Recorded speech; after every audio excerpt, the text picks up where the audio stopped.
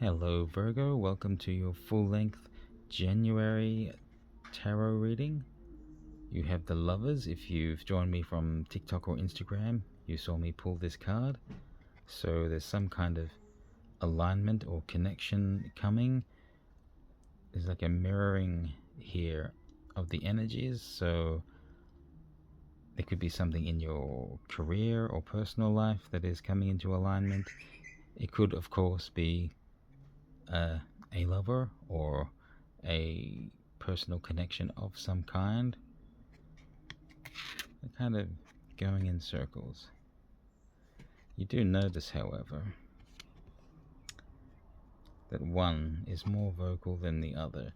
So maybe what's coming into balance here is knowing when to speak up and speaking up if you need to, or knowing when to keep your mouth shut for some of you. Just take that as it resonates. But let's go into more detail. I've already got your oracle cards pulled. So in your relationships, connections, it can be romantic, it can be communications, it can be not just romantic but friendships, family connections, business connections, any kind of relationships that factor into your life at this time. But misunderstand is the energy. Looks like a jellyfish. Ah, now I get it. Okay. There may be difficulties here with understanding each other's kind of point of view or what the intention of a statement is. So like the jellyfish has the stingers. Someone may say something not intending to sting or to hurt, but it may be taken that way, and the person who speaks doesn't realize that what they said hurt the other person. It was just a statement. And this is where knowing when to speak and not to speak comes into play, because we need to consider our words more.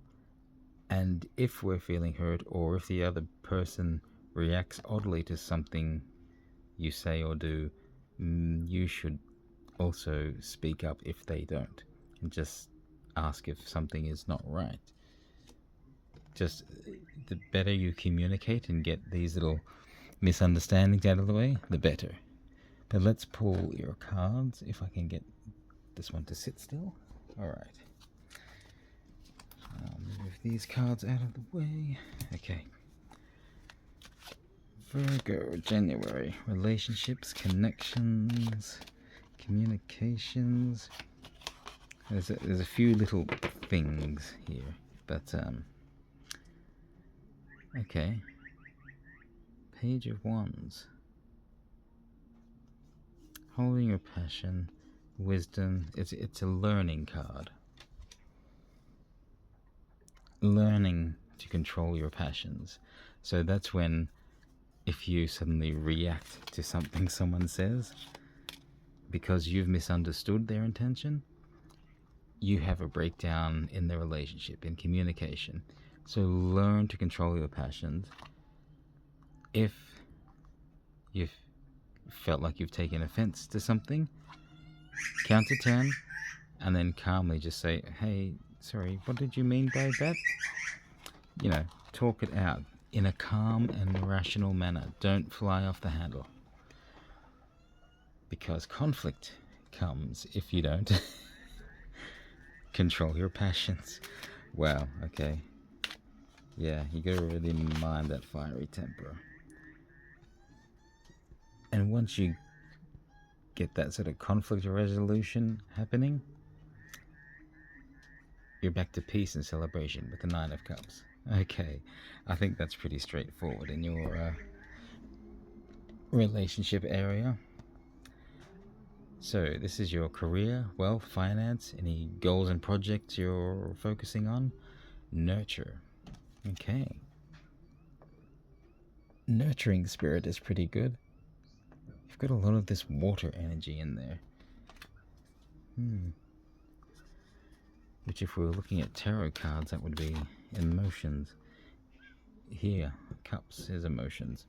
Here is passions. So I think you might have to spend some time getting your emotions and passions all balanced out. What do you need to nurture? You need to nurture the calm. Strength is coming out for you. So you've had the strength to face adversities of the past. But what's going forward?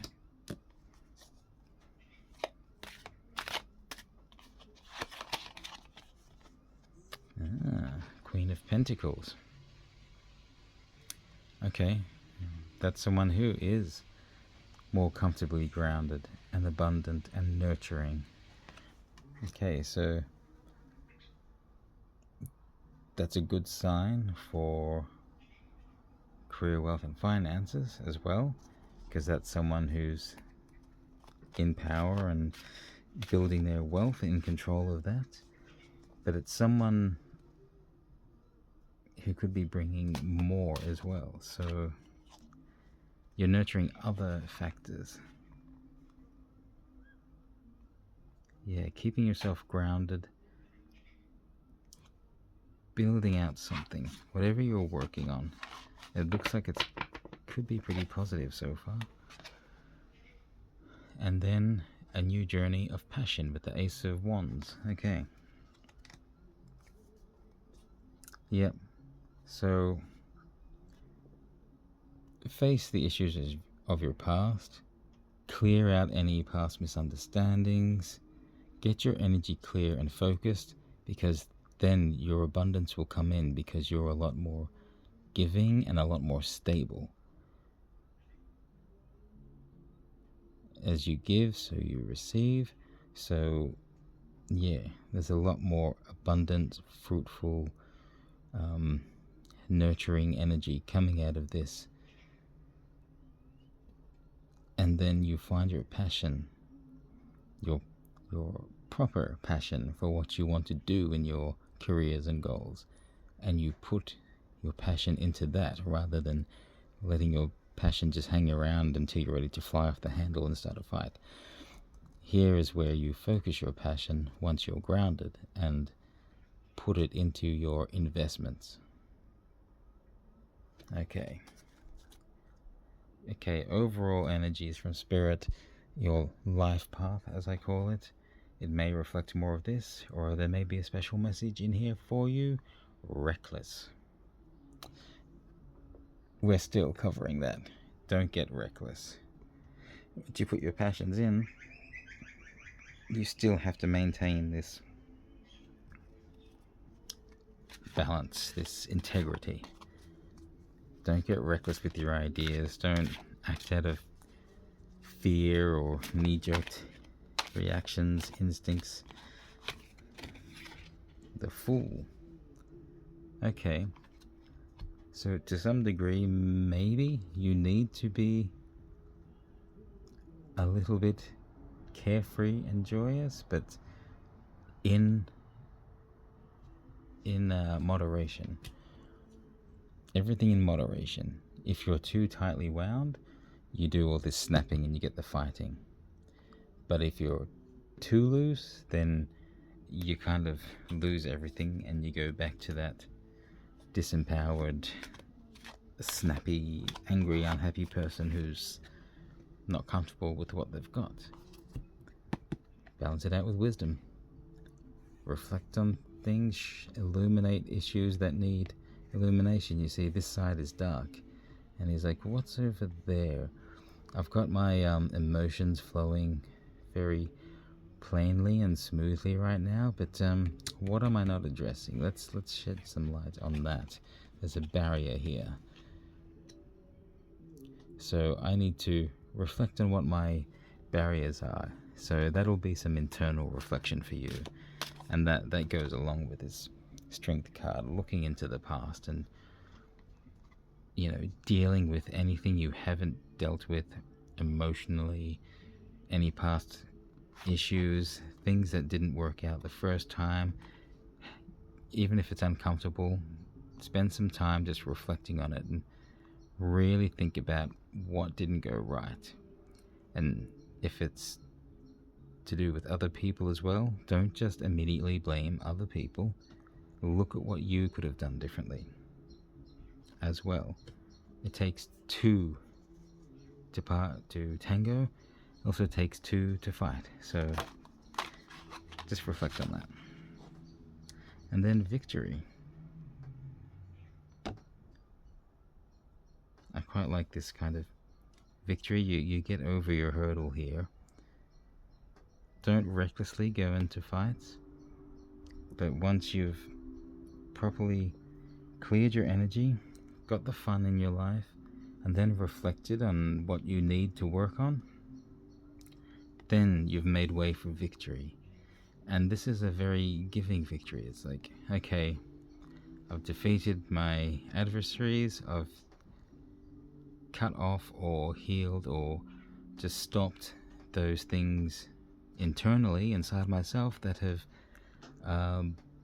made me act rashly, past hurts that make me just lash out when I don't need to, so I can clear that misunderstanding.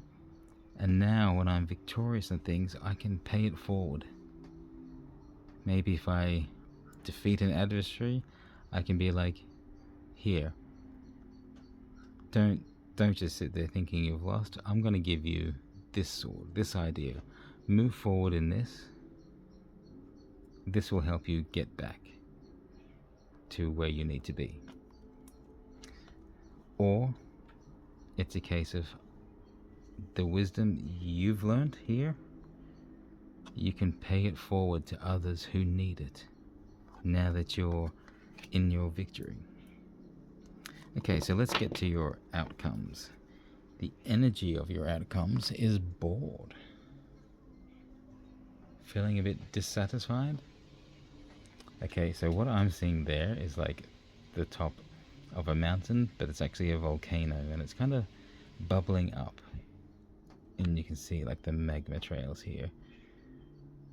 It's like the volcano wants to burst and cut loose, like the fool. But that wouldn't be wise, would it? So let's see, what's your best course of action? Yeah, it's already poking out. Bide your time. Yeah, time's coming around. Your time will come. A time for abundance in your strength. You can see the lion again.